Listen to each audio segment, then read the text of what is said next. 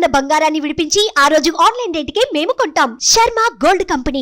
నమస్కారం. సుమన్ టీవీ ప్రేక్షకులకు శ్రీ క్రోధినామ సంవత్సర ఉగాది శుభాకాంక్షలు. ఈ క్రోధినామ సంవత్సరం ద్వాదశ రాశుల వారికి ఏ రకంగా ఉండబోతుంది, ఈ ద్వాదశ రాశులలో నవనాయకులు ఎలా ఉన్నారు, ఎటువంటి ఫలితాన్ని ఇస్తున్నారు, వాటి ప్రభావం మనపై ఏ రకంగా ఉండబోతుంది, ఎటువంటి పరిహారాలు పాటించుకోవాలి, ఈ అంశాలను తెలియజేసేందుకు మనతో పాటు ఉన్నారు ప్రముఖ జ్యోతిష్య పండితులు బ్రహ్మశ్రీ నందిపట్ల శ్రీహరి శర్మ గారు. గురుగారు నమస్కారం. వాగర్థావివ సంపృక్తౌ వాగర్థ ప్రతిపత్తయే జగతః పితరౌ వందే పార్వతీ పరమేశ్వరౌ సదాశివసమారంభాం శంకరాచార్య మధ్యమాం అస్మదాచార్య పర్యంతం వందే గురు పరంపరాం. ఆదిత్యాయ చ సోమాయ మంగళాయ బుధాయ చ గురు శుక్ర శనిభ్యశ్చ రాహవే కేతవే నమః. గురుగారు, ధనుసు రాశి వారికి క్రోధినామ సంవత్సరం అంతా ఏ రకంగా ఉండబోతుంది? వాళ్ళకి ద్వాదశ రాశుల్లో ఉన్నటువంటి ఈ ధనుసు రాశి వారికి నవగ్రహాలు ఏ రకంగా అనుకూలిస్తున్నాయి, ఏ గ్రహాలు ప్రతికూలిస్తున్నాయి? ధనుసు రాశి వారికి చూసుకున్నట్లయితే ప్రధానంగా క్రోధినామ సంవత్సరం. ఈ క్రోధినామ సంవత్సరం అంటేనే క్రోధం అంటే కోపము కనబరుచుట, కోపం వెలిబుచ్చుట అని చెప్పవచ్చు. గడిచినటువంటి శ్రీ శోభకృతనామ సంవత్సరం, శ్రీ శుభకృతనామ సంవత్సరం ఇవన్నీ కూడా ఇక్కట్ల నుంచి బయటపడడానికి మనకు అనుకూలంగా ఈ సంవత్సరాలు ఉంటే, ఈ క్రోధినామ సంవత్సరానికి పాపగ్రహాల యొక్క ప్రభావం వలన ప్రజలు కొంత ఇబ్బందులకు గురయ్యేటువంటి అవకాశాలు ఉంటాయని చెప్పవచ్చు. ఎందుకనంటే ఈ క్రోధినామ సంవత్సరానికి రాజు కుజుడు, మంత్రి శని.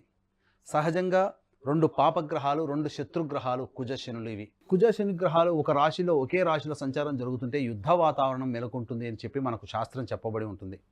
అయితే పాలించే పాలకులు మంచివాళ్ళైతే ప్రజలు సుఖపడతారు, పాలించే పాలకులు చెడ్డవాళ్ళైతే ప్రజలు ఇక్కట్లు కష్టాలు పడతారు. కాబట్టి ఈ క్రోధినామ సంవత్సరానికి పాలించే పాలకుడుగా కుజుడు, సహాయ సహకారాలు మంత్రిత్వం వహించేది శని. కాబట్టి ఈ రెండు గ్రహాలకి వైరత్వం అనేటువంటిది ఉండడం చేత తీసుకున్నటువంటి నిర్ణయాలు ఆమోదించే న్యాయమూర్తులు కానీ ప్రజలు కానీ కొంత విభేదిస్తారని చెప్పవచ్చు. అందుకనే కొంత న్యాయ చట్టాలలో సవరణలు జరిగినప్పుడు కొంత ప్రజల వల్ల ఆగ్రహ జ్వాలలు పెరుగుతాయి ప్రజలకి, అలాగే పాలకులకి. కాబట్టి ఇవన్నీ కూడాను కొంత భయాందోళన కలిగించే అవకాశాలు ఉంటాయి. ప్రపంచవ్యాప్తంగా నిరసనలు వ్యక్తం చేసే అవకాశాలు ఎక్కువగా ఉంటాయని చెప్పవచ్చు. అయితే ఏది ఏమైనప్పటికీ కూడా అది భవిష్యత్తు ఆమోదయోగ్యంగా ఉంటుంది, భవిష్యత్తు ఆశాజనకంగా ఉంటుంది. అందుకనే ఈ యొక్క సవరణలు తెచ్చారని చెప్పి ప్రజలు కూడా అంగీకరించి వాటికి ఆమోదయోగ్యం చెప్తారని చెప్పవచ్చు. ఏది ఏమైనప్పటికీ కూడా ఈ యొక్క క్రోధినామ సంవత్సరం ద్వాదశ రాశుల వాళ్ళు కూడా ఆనందంగా ఉండడానికి దైవానుగ్రహం తప్పనిసరి అని చెప్పవచ్చు. అయితే ఇక్కడ గమనించుకున్నట్లయితే ఈ యొక్క ధనుసు రాశిలో జన్మించినటువంటి వారికి ఈ సంవత్సరం ఆదాయం 11, వ్యయం 5, రాజ్యపూజ్యం 7, అవమానం 5. అంటే దీన్ని బట్టే ఈ యొక్క చిన్న పట్టికను బట్టి ఈ సంవత్సరం అంతా ఈ యొక్క ధనుస్సు రాశి వాళ్ళు ఏ విధంగా ఉండాలో తెలియచేయబడుతుంది. అంటే ఏంటి? ఆదాయం 11 అంటే వ్యయం 5. అంటే 11 రూపాయలు మనం సంపాదిస్తే అందులో 5 రూపాయలు ఖర్చు పెట్టుకుంటాం, మిగతా 6 రూపాయలు దాచిపెట్టుకుంటాం. కాబట్టి ఈ దాచిపెట్టుకున్నటువంటి సొమ్ముని మన జీవితంలో అభివృద్ధి కోసం ఏ విధంగా వాడుకోవాలి, ఆస్తిపరంగా ఏ విధంగా దాన్ని తెచ్చుకోవాలనేటువంటి ఆలోచన చేయమని చెబుతుంది శాస్త్రం. ఇక రాజ్యపూజ్యం 7, అవమానం 5 అంటే మనం చేసేటువంటి ప్రతి పనిని వెన్ను తట్టి ప్రోత్సహించి మనల్ని ముందుకు నడిపించే వాళ్ళు 7 మన చుట్టుపక్కల ఉంటే, మన ముందు చక్కగా నవ్వుతూ మన వెనకాల ఇబ్బందులు పెట్టేటువంటి వాళ్ళు 5 ఉంటారు. ఆ 5 పట్ల నువ్వు అప్రమత్తతతో ఉండి వారిని మీరు ఒక కంట కనిపెట్టండి అని చెప్పి చెబుతుంది ఈ శాస్త్రం.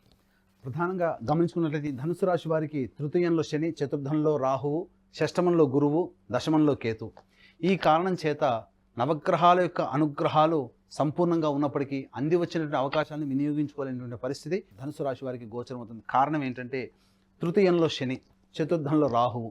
ఈ రెండు గ్రహాలు కూడా ప్రధానంగా అక్టోబర్ వరకు కొంత ఇబ్బందికర పరిస్థితులను తీసుకుని వస్తాయి. తృతీయ శని అంటే నూతన వ్యక్తులు పరిచయం అవుతారు, వారి ద్వారా మీకు ఇబ్బందికర పరిస్థితులు ఎదురవుతే అవకాశాలు ఉంటాయి. కాబట్టి నూతన వ్యక్తుల పట్ల కాస్త జాగ్రత్తలు పాటించండి. ఈ యొక్క తృతీయ శని ప్రభావం వలన లేనిపోని వ్యవహారాల్లో, అనగా ఏ వ్యవహారంలోనైనా కానీ అతి పరాక్రమం చూపించి అతి విశ్వాసం, అతి ముందు జాగ్రత్త తీసుకోవడం ద్వారా కొంత నష్టం అనేటువంటిది జరుగుతుందని చెప్పవచ్చు. ఇక చతుర్థ రాహువు కొంత వాహన ప్రమాదాలకి కారకుడైనప్పటికీ గృహంలో కొన్ని మార్పులు చేర్పులు చోటు చేసుకుంటాయి, ఆస్తి నష్టం జరిగేటువంటి అవకాశం ఉంటుంది. కాబట్టి జాగ్రత్త పడండి అని చెప్పి రాహు మనకు తెలియజేస్తున్నాడు.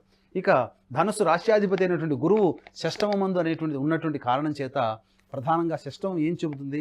రుణము, రోగము, అలాగే సామర్థ్యానికి మించి పనిచేయడము, శత్రువుల్ని సూచిస్తుంది. కాబట్టి మీకు అంతర్గత శత్రువులు ఉంటారయ్యా, జాగ్రత్త పడండి అని చెప్పి మనకు ఈ గురుగ్రహ సంచారము, అలాగే చిన్నపాటి అనారోగ్య సమస్యలు, అసిడిటీ ప్రాబ్లమ్స్ అనేటువంటి పెరగడము, ఇవన్నీ జరుగుతాయి. ఇండైజేషన్ ప్రాబ్లమ్స్, అలాగే డబ్బులకి కాస్త ఇక్కట్లు పడాల్సి వస్తుంది, లేదా ఎక్కడైనా కానీ రుణాలు చేయాల్సినటువంటి పరిస్థితి వస్తుంది, లేదా మీరు ఇచ్చినటువంటి డబ్బులు తిరిగి వసూలు చేసుకోలేనటువంటి పరిస్థితి వస్తుంది. ఇక కేతువు దశమ స్థానంలో ఉండడం, ఈ కారణం చేత మీకు వేదాంత ధోరణి, దైవం మీద భక్తి ఇవన్నీ కలిగినప్పటికీ కూడా చేసేటువంటి పనులలో నిర్ణయాత్మకమైనటువంటి నిర్ణయాలు తీసుకోలేకపోతారు. అనగా ఏంటి దాని అర్థము?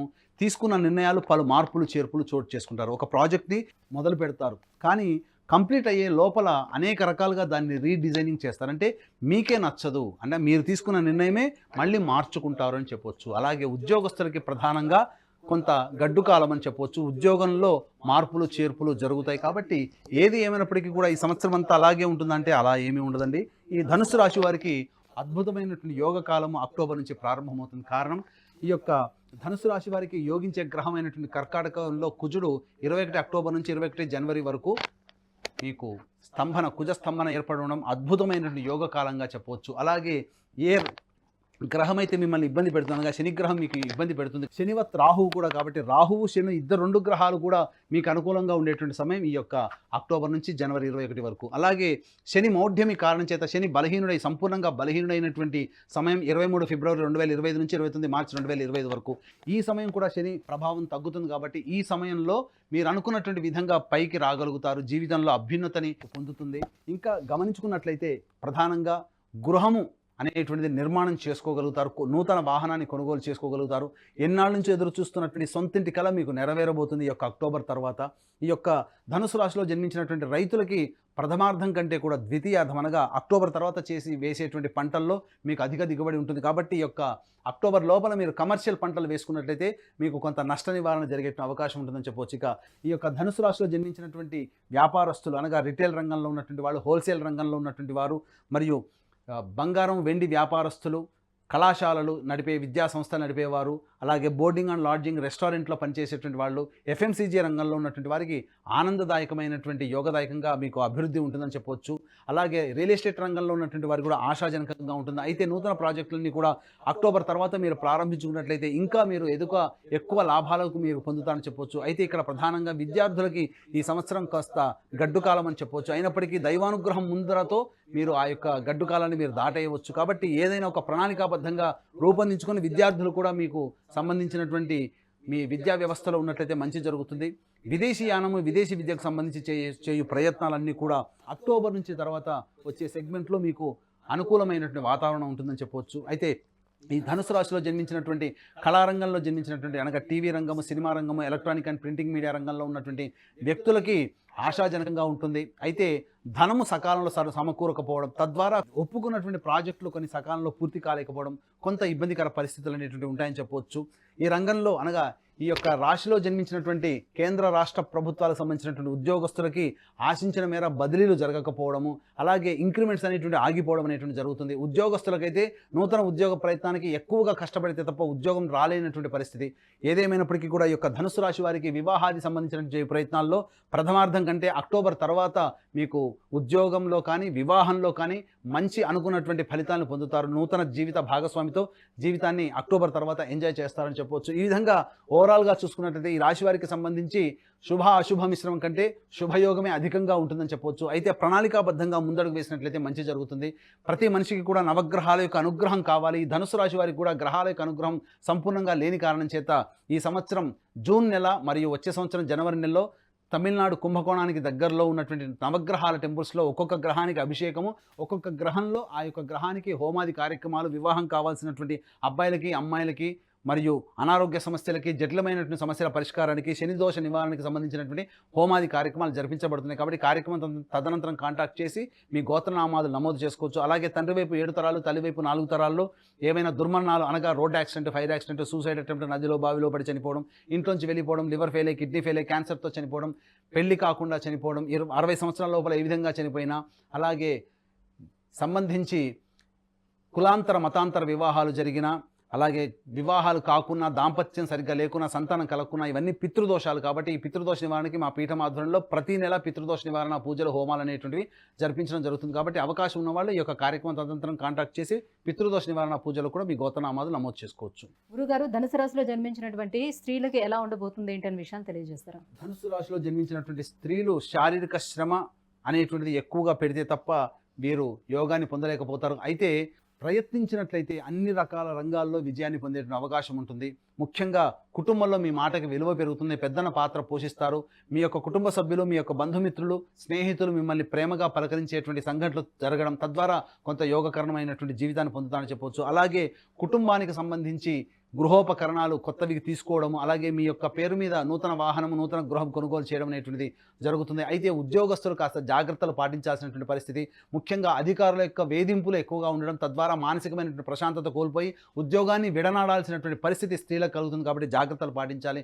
వివాహం కావాల్సినటువంటి అమ్మాయిలకి అక్టోబర్ తర్వాత వివాహం జరగడం, అలాగే సంతానాన్ని కోరేటువంటి వాళ్ళకి సత్సంతానం అక్టోబర్ తర్వాత కలిగేటువంటి అవకాశం ఉంది. కాబట్టి చక్కగా దీని యొక్క సంబంధించినటువంటి విషయాన్ని దృష్టిలో పెట్టుకొని ప్రణాళికాబద్ధంగా మీరు రూపొందించుకున్నట్లయితే తప్పకుండా ఈ యొక్క రాశిలో జన్మించినటువంటి స్త్రీలు అభివృద్ధి బాటలో ఉంటారని చెప్పవచ్చు. గురుగారు ఇంకా ఎటువంటి పరిహారాలను పాటించుకుంటే వీళ్ళు బాగుంటుంది? ఈ యొక్క ధనుసు రాశికి సంబంధించినటువంటి వారు దైవబలం తక్కువగా ఉన్నటువంటి కారణం చేత గురువారం నాడు దత్తాత్రేయ చరిత్ర పారాయణం ప్రారంభించి బుధవారానికి ఒక పారాయణం సమాప్తం చేయండి. ఆ విధంగా ఒక 7 పారాయణాలు చేయండి. తప్పకుండా మీ యొక్క సమస్య పరిష్కారం అవుతుంది. అలాగే ప్రతిరోజు కూడా దత్తస్తవము, కాలభైరవాష్టకం రోజుకు 3 సార్లు పారాయణం చేసుకున్నట్లయితే ఈ యొక్క ధనుసు రాశి వారికి వచ్చేటువంటి ఇబ్బందులని తొలగిపోవచ్చు. ధనుసు రాశి వారికి అదృష్ట సంఖ్య 1, 3, అదృష్ట వారము మంగళవారము మరియు ఆదివారం అని చెప్పవచ్చు.